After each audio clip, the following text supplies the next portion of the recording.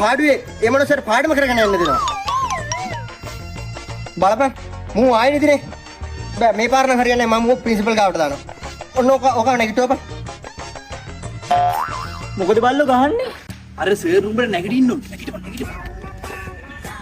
තෝ බැලුවොත් බුදි. තෝ කොහෙද ඉන්නේ කියහන්කෝ. ඉන්නේ නම් අම්මයි තාත්තයි එක්ක සර්. හරි බං. එතකොට අම්මයි තාත්තයි ඉන්නේ කොහෙද? අම්මයි තාත්තයි ඉන්නේ මාත් එක්ක සර්. හරි බල්ලෝ. තොපි ඔක්කොම ඉන්නේ කොහෙද කියහන්කෝ. අපි ඔක්කොම එකට ඉන්නේ සර්. අයියෝ හරි බං. තොපි ඔක්කොම එකට ඉන්නේ කොහෙද? අපි ඔක්කොම එකට ඉන්නේ ගෙදර සර්. හරි යකෝ තොපේ ගෙවල් තියෙන්නේ කොහෙද කියපන්. අපේ ගෙවල් තියෙන්නේ පුංචි අම්මලාගේ ගෙවල් ළඟ සර්. හරි දැන් උඹලගේ පුංචි අම්මලගේ ගෙවල් තියෙන්නේ කොහෙද? සර්ට කිව්වට විශ්වාස කරන එකක් නෑ සර්.